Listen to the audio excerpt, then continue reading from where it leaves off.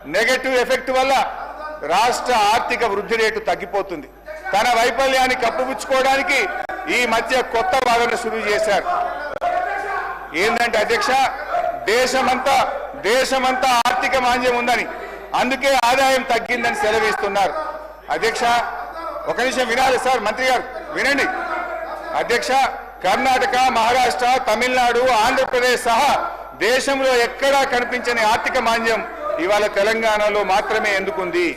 అంతా నాకే తెలుసు, అందుకే అంతా నాకే తెలుసని ఈ ప్రభుత్వం, ఈ ముఖ్యమంత్రి గారు అహంకారంతో, అజ్ఞానంతో, అనాలోచిత నిర్ణయాల వల్ల రాష్ట్ర ఆదాయం కుంటుపడ్డది. తన వైఫల్యాన్ని కప్పుపుచ్చుకోవడానికి ఆర్థిక మాంద్యం వచ్చిందని, ప్రపంచమే స్లో డౌన్ అయిందని ప్రవచనాలు ప్రారంభించారు. ఏ రాష్ట్రానికి లేని ఆర్థిక మాంద్యం తెలంగాణకే వచ్చిందా? మీ నెగటివ్ పాలసీల వల్ల, మీ రివెంజ్ పాలిటిక్స్ వల్ల ఈ రోజు రాష్ట్ర ఆదాయం తగ్గుతా ఉన్నది. రేవంత్ గారు పాదం స్పీకర్ సార్, మీ ధన్యవాదాలు సార్. హరీష్ రావు గారు కూడా రిక్వెస్ట్ చేస్తున్నారు. ఒకటే సార్, ఎక్కువ ఇంటర్వ్యూ అని. అరే నీకు చెప్పకపోతే భయపడితే ఎట్లా?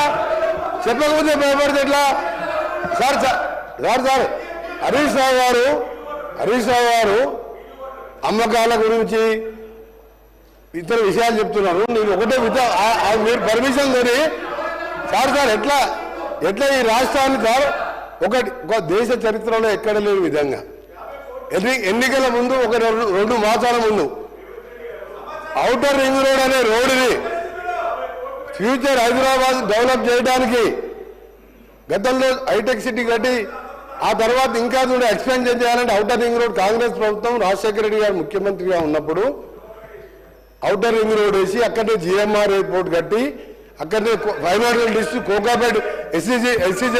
కోకాపేట్ ఎస్సీజెడ్తో పాటు ఇవాళ హైదరాబాద్ ఈ స్టేజ్లో బెంగళూరు తర్వాత ఉన్నదంటే Congress party PV Narasimha Rao express way కలుపుకుంటూ మెట్రో వరల్డ్ క్లాస్ మెట్రో తీసుకొచ్చి హైదరాబాద్ డెవలప్ చేస్తే సార్ 2 మాసాల ముందు ఎన్నికల 2 విషయాలు చెప్తా సార్ మీకు.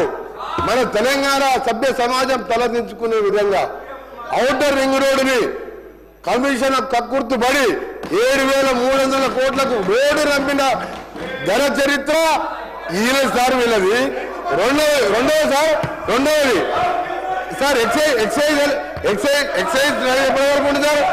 ఎక్సైజ్ షాప్స్ రెస్టారెంట్ ఇది ఇంకా 3 నెలల సమయం ఉంటే 3 నెలల ముందే అప్లికేషన్ తీసుకొని నిరుద్యోగుల దగ్గర 2,000 కోట్ల రూపాయల నాన్ రిఫండబుల్ పేరు మీద వసూలు చేసి షాపులు కేటాయించుకొని ఎన్నికల ముందు చేసిన కథలు.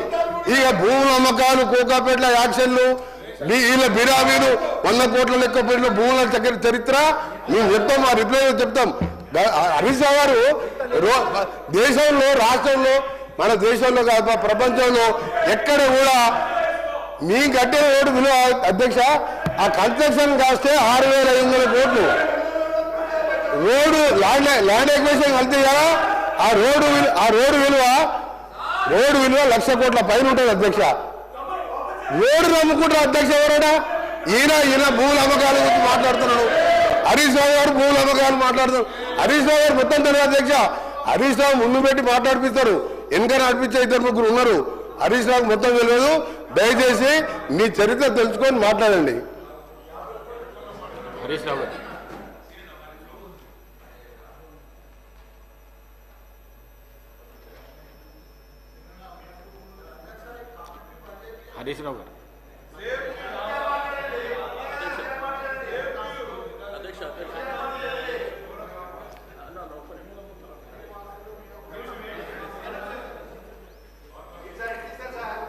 శ్రీనివాస్ యాదవ్. అధ్యక్ష,